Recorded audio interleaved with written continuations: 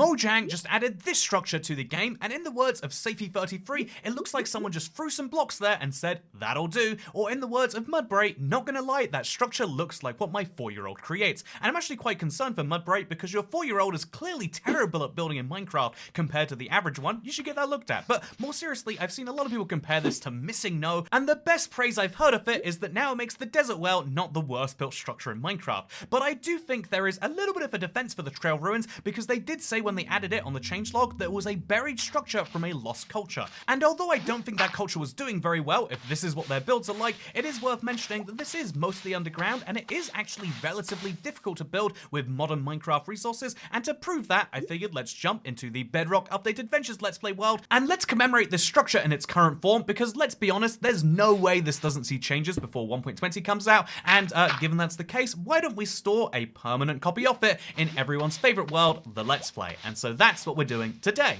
The important first step here, obviously, is to get the blocks. Honestly, this is made from such a weird collection of blocks that we're gonna have to be like, okay, we'll grab some cobblestone. That's that you can find that everywhere. Everyone has a ton of cobblestone. Then you need some sand and some gravel. These are pretty easy ones too. But after you go past these 3 basic blocks, it's like, yeah, well, obviously, if you're gonna make this structure, you need some blue stained clay, or wait, hardened, stained, glazed, whatever. You need the hardened version. So we have to take some terracotta. We have to dye it, make it into other stuff. There's also some terracotta just by itself. There's also, you know, honestly, it's such a weird mishmash of stuff, but hopefully we have what we need. While we smelt up some blue terracotta, let's get the final ingredient, I believe, is some dirt, which I missed earlier. So once we've got our trusty dirt sorted, we've got everything you need for one of these structures. Look at this. This isn't the blocks that you need for a structure. If you put them all side by side, you realize how ridiculous we're getting immediately. But that's some of the fun of this structure, right? Is that it makes no sense to see it on the surface. Most people make fun of it because they're picturing that being the full thing, but this is meant to be hidden underground. Although personally that makes me ask more questions rather than fewer, I'm gonna go with it anyway. I'm also gonna need to make some white terracotta because honestly, white terracotta looks like what the default one probably should be in a lot of people's minds, but we need a ton of this, probably a full 40 or so. And then we need some red terracotta too. Red dye is easy to come by.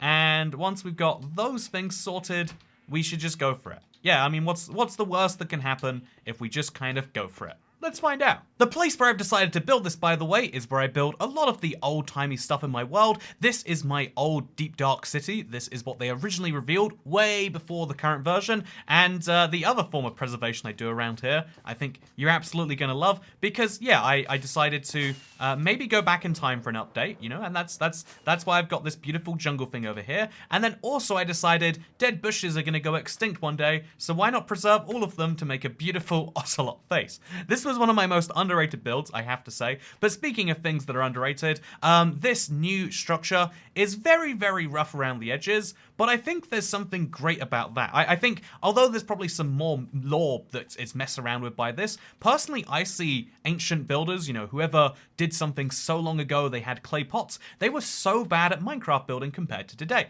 I mean, again, they can't even build what a 4-year-old can right now. Again, I would disown my 4-year-old if they built this. I would disown my 4-year-old for a lot of things, but there's wait, you're allowed to say that. You know, the joke is I don't want a 4-year-old. It's that's what I'm going for. But anyway, so yeah, the idea is we're gonna build a very close replica of this, and we could go block by block trying to perfectly replicate it bit by bit. Here you can see I've done a perfect little replica of the square in the corner from the main one, but I think ultimately this is a structure that is so weirdly put together that if I do just put the blocks in a random order where there's not more than a few of the same blocks connecting, I think I'll do just as good of a job. So that's what my plan is to do roughly today. I'm going to follow the structure of this, so there will be, you know, it'll work out in the same rough kind of circle, but I am going to very deliberately switch out a bunch of blocks very frequently. Also, I think I need to make as much space as I can here, so let's switch out the sword, and let's get as many just unique blocks as we can right here, because we're going to need precisely that. Honestly, this is the funny thing about this. Like, it is actually going to be somewhat hard to build in its entirety, I would say, because we're going to have to, like, switch out all the time. You know, like, put some sand up here. We're going to have to do a lot of weird stuff to make this work, because otherwise it won't look as questionable. There is a level of bad where it actually takes real skill to make, and I think this is a good example of that. So let's do the very base circle here, shall we?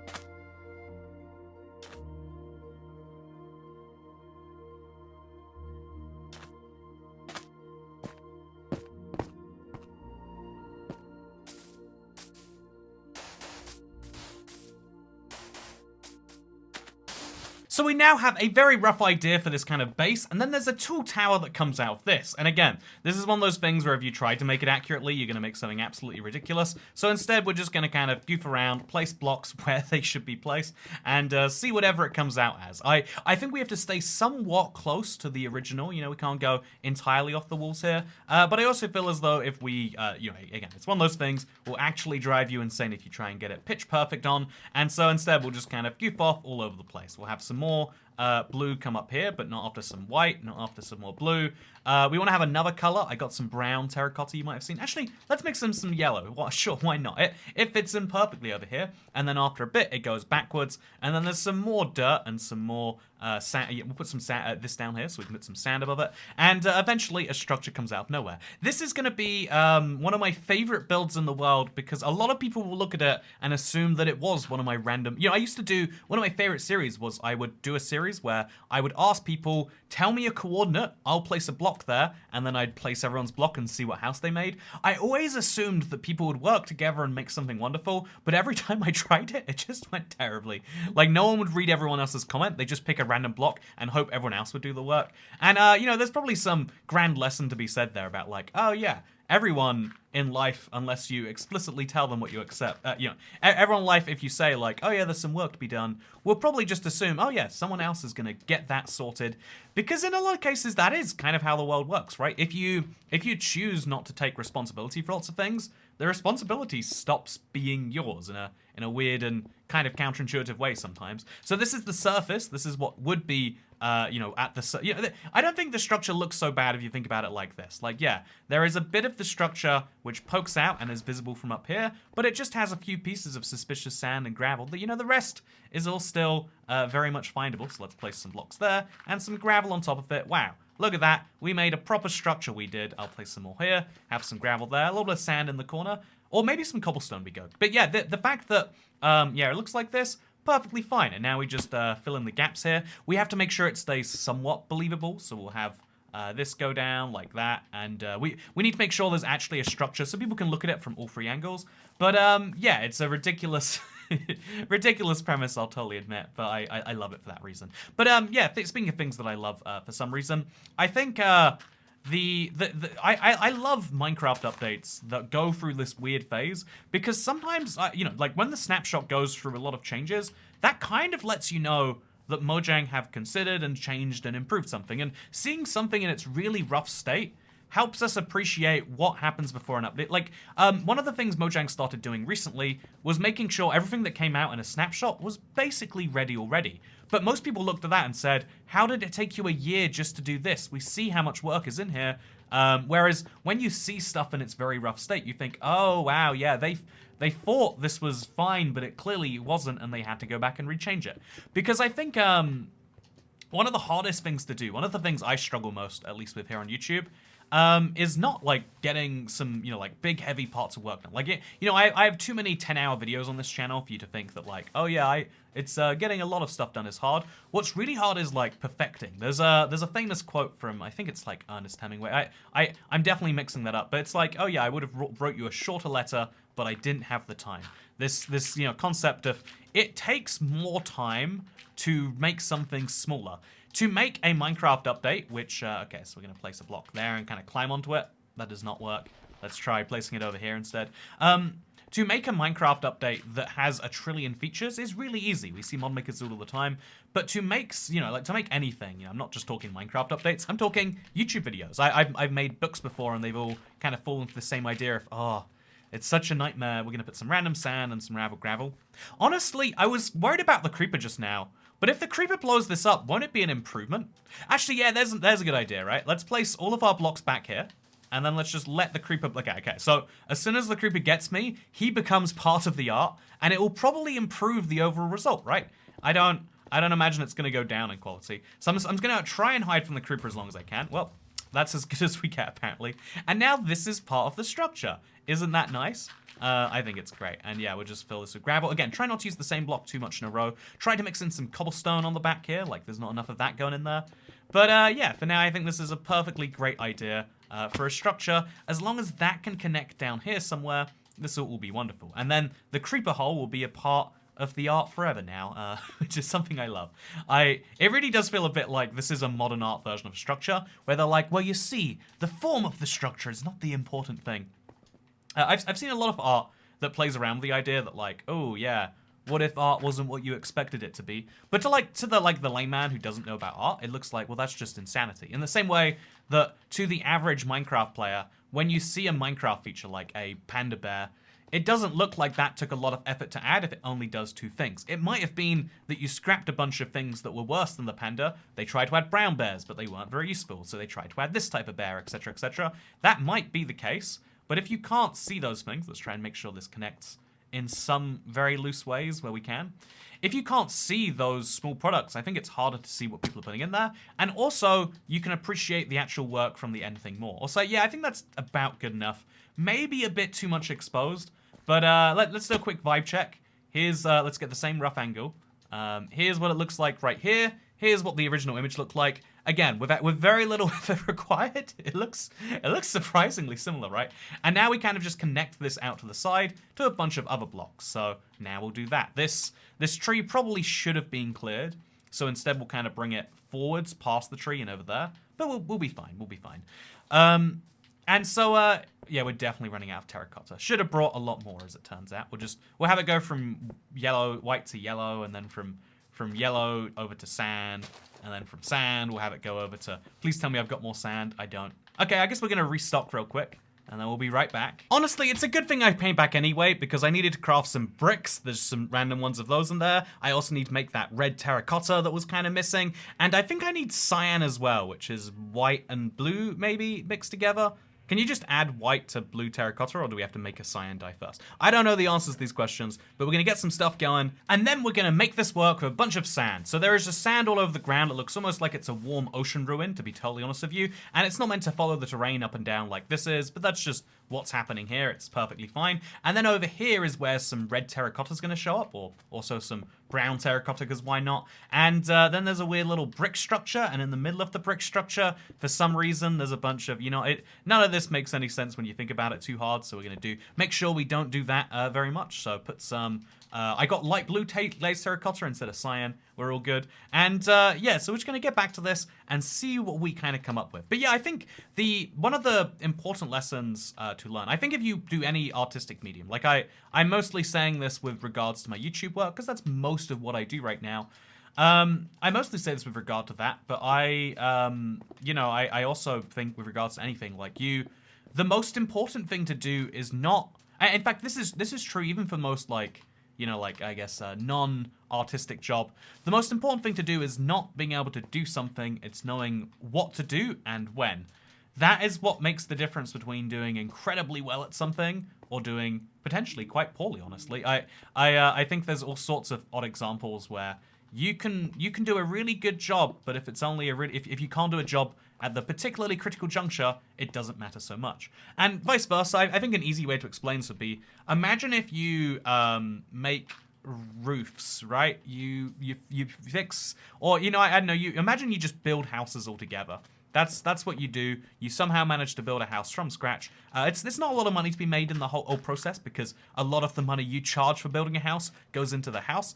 But being good at building houses is a really important first set of skills. But the thing that will make the difference is when, when there's a hurricane in your area, when there's a huge natural disaster and people need to destroy their homes and build entirely new ones. Because that's quite a common thing in the US, as best I can tell, is just being yeah, I'll just get a new home now anyway. They're built under the assumption that someone will just tear them down at some point, which means that now it's more likely that you price that into homes, and so no one wants a home that lasts for a long time because it's just going to be torn down at some point. Whole interesting thing about the US home market. But the most important thing is not just being able to build good homes. It's when there's a natural disaster, if you have a holiday planned, being no, I'm gonna cancel that holiday and start doing the rebuilding right now. This is the moment I have to be doing stuff. I find that's about timing, I guess I'd say. But there's also about what do you do in the YouTube sense of the word. There are lots of creators who work harder than the very biggest ones on the platform. I mean, just I don't know, I'm not trying to say anyone's doing bad or good. I'm just trying to say that also you can't place sand on top of a flower, but also I just want to have it be up there, but it won't float. Interesting rule. I don't know if that's abusable in some way. But yeah, it's like on YouTube, it's not about how hard you work. It's about like having those videos that resonate and connect. I think that's one of the real hard things is like you don't know what that will work with until you do it. You don't know that this great new idea is, you know, like the original people who started doing 100 days. I mean, the original was Luke the Notable, but it kind of it spread from there. This is like, yeah, what if you invest 16 hours into something that releases one video anyway? Like if they'd have known that it would blow up and be worth 10 million views, everyone would have done it. But because it's one of those things you don't know until it's too late, it's a really interesting world. The world, in my opinion, the world of. Also, I'm still just placing random blocks everywhere, still trying to get the same vague vibe of this thing without necessarily being the same. I think this whole area here does present a huge problem, so I might bring it back inwards. I guess I already kind of have. And just place a few more blocks over here. So bring some cobblestone in. Remove this, put some cobblestone around this. Just to kind of keep it roughly flowing to the same feelings. And then let's also get some more white terracotta. I went straight kind of into yellow here. Oh, I don't have any white. Well, let's make some white terracotta, because I have a crafting table. Yeah, honestly, and life is filled with moments like that for everyone. Like, obviously, the home building example is a really easy one to mention. And you know, YouTube's obviously like everyone says this all the time to me. Like, oh, I would get into YouTube, but like, you know, it just used to be so much easier. Now's not the right time. It's too saturated, and that's a really easy thing to convince yourself. And like, yeah, it's too saturated of stuff that already exists. But there's loads of stuff that doesn't exist that's definitely not saturated. If you have something really unique, and I don't mean like unique within like the Minecraft space necessarily. If you build homes for a living, I've actually, you know, funnily enough, I've started watching YouTube shorts from a guy who just he does inspections for houses. I have no idea why that's interesting to me. I'm not buying a new house, so I don't need to see his inspections. But I'm like, ooh, look at the ways these things can be built wrong. There are all sorts of right junctures to strike, right decisions to make. And I think that is actually the hard thing, the difference between being successful or not. I think what makes Minecraft 1.20 really great is not the amount of content inside it. I've said it before and I'll say it again. It's not the biggest update we've had by a long shot, but what makes it great is the fact that the features we do see in there feel good. They feel like fun features to play around with. So this is a lot of that. I'll have some of that go up there as well. I don't even know what's happening here, to be totally honest with you, but I'm hoping it results in a good structure. We'll put one of these here, and then we'll sand up the rest. I think that the right thing about this update is how they're announcing it. The right thing about this update is knowing, like, okay, what's a good time to release things? Let's not just say it all in one big go. Let's say, okay, this, and then have a little week wait. You know, I think there's, like, excitement curves we all have. We can be overwhelmed if we get too much information at the same time, and we can be done with it very quickly. So, yeah, I love what we're seeing so far. Even when you look at, okay, so this is, it's not quite finished yet, but this is what I have so far. I have to remove those trees. It gets in the way of the build. It's a shame to remove a perfectly good tree, don't get me wrong, but sometimes you gotta do it. So as we clean up our build right here, I think we should also clean up a few kind of misconceptions about, like, you know, because I've seen a lot of. Also, just chop down the whole tree. Is that good? Yeah, we'll have to wait for those to manually fall down. But that'll do a big part in saving the build, I think. But yeah, I think that's the key thing about, like, how your perception is a big part of your reality. An interesting thing that I go through, maybe this is everyone else too. I'd feel good if anyone else went through this, but I'm pretty sure it's just me. Is I'm really, really bad at, like, procrastinating. Like, I find it really hard to engage with some things. I know the thing needs to get done, but, like, ooh, I want to do this instead. I really want to do that instead. I think everyone struggles with this on some level. But the thing that I struggle with is, like, I'll often wait till the last possible minute to do something. I'm like, okay, this is, if I don't do this now, it can't be done. And then I'll do a really good job at, like, focusing real hard, getting it done. And I think that's, like, how I've always done things on YouTube, is, like, I can't just be like, okay, well, I've got a nice 8 hours today, let's put this onto, no, it's like, I'm going to wait till the, you know, I'd rather be more, it's almost like an efficiency thing, like, do things later, but it's just, you know, it's ruined many parts of my life. I hate leaving to get somewhere early. I find that to be disastrous when you're just waiting there, and then you gotta, like, check your phone every few minutes just in case they're gonna get there. Like, that's awful. So I like to leave so that I get somewhere exactly on time. But then if there's a 30-second delay on me getting out the door, now I have to run for 30 seconds, and I'm super... It's, you know, entirely preventable issues is like my whole life, I would say. It's just like, oh yeah, I could have had this easy, but I decided not, and hasn't that been fun? Yeah, I think we could argue this tree needs to go too. At the very least, this leaf on the ground. Like, let's get rid of this. Just to kind of clear the place up. It's fine to have trees around, but having just a bunch of unnecessary shrubbery, kind of dumb. Honestly, the jungle biome as a whole, it's got a lot of dumb bits to it. But I'm hoping this adds to the vibe of my world quite well. And so, yeah, I think that's something I've been trying to, like, spot here in my YouTube channel. Like, is sometimes I will put a bunch of work into something at the wrong time, and sometimes I'll have the exact opposite. And it's important to know, like, okay, there are some, like, I love making tutorials. I love to teach people how to do things in Minecraft. I think that's fun, is when you can do that in an engaging, unique way. Like, I like teaching people things. That's just, that's a fact you can probably guess if you've seen my YouTube channels. But also at the same time, there's times where people don't care. Like, no one wants to learn about, you know, as an example, right now, no one wants to... Also, wow, a zombie. As an example, like, no one wants to learn about I could pick just an easy example, like making a villager farm right now. It's like, that's something a lot of people do need to learn how to do, but most people look at that and go, oh yeah, well, this hasn't changed, therefore I don't care since forever. Like, you need to give people something that's somewhat new, so they're like, oh yeah, and then like care about this old thing. Because there's a lot of things that you feel like you should already know. Even if you don't know them, you wouldn't want to learn them, if that makes any sense. It's weird. YouTube is weird. The internet is weird. And honestly, Minecraft is weird. But the point here is to say, is that I love working on my Let's Play, and I love when builds come together nicely. Like, here is a really old build that I just made in my weird, like, background gameplay part of the world. I think it looks pretty nice, but now it works as a gateway to my new Trails Ruins. As you can see, it looks, oh, yeah, is this beautiful or what? Doesn't it look so good? It looks like, okay, if I'm being, the only truest way to describe this is, funnily enough, it's right next door. For a long while, I was doing a series of my Let's Play where I used a block randomizer to determine what I should build with that week in the Let's Play. And so, one of the weeks I had stone, I think I actually had coal ore. I had coal ore blocks, I had diorite, I had nether bricks and sandstone. And so I built that. Then I had this, and, you know, like, I kind of, like, was learning about building via all of these. The worst one was getting these 3 blocks together, because I made something that's fun, but just terrible in so many ways. My dispenser build is actually quite nice by comparison, right? There was a lot of learning to be done in all of this, is what I'm saying. What this looks like is it looks like I got 12 blocks and was like, let's just place them randomly. And ultimately, isn't that basically what I did?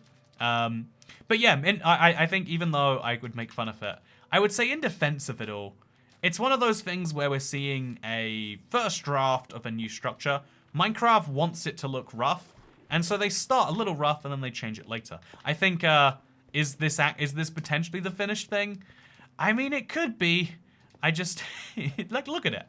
Look at that right now and tell me that's a structure. The answer is that it would be ridiculous to assert that.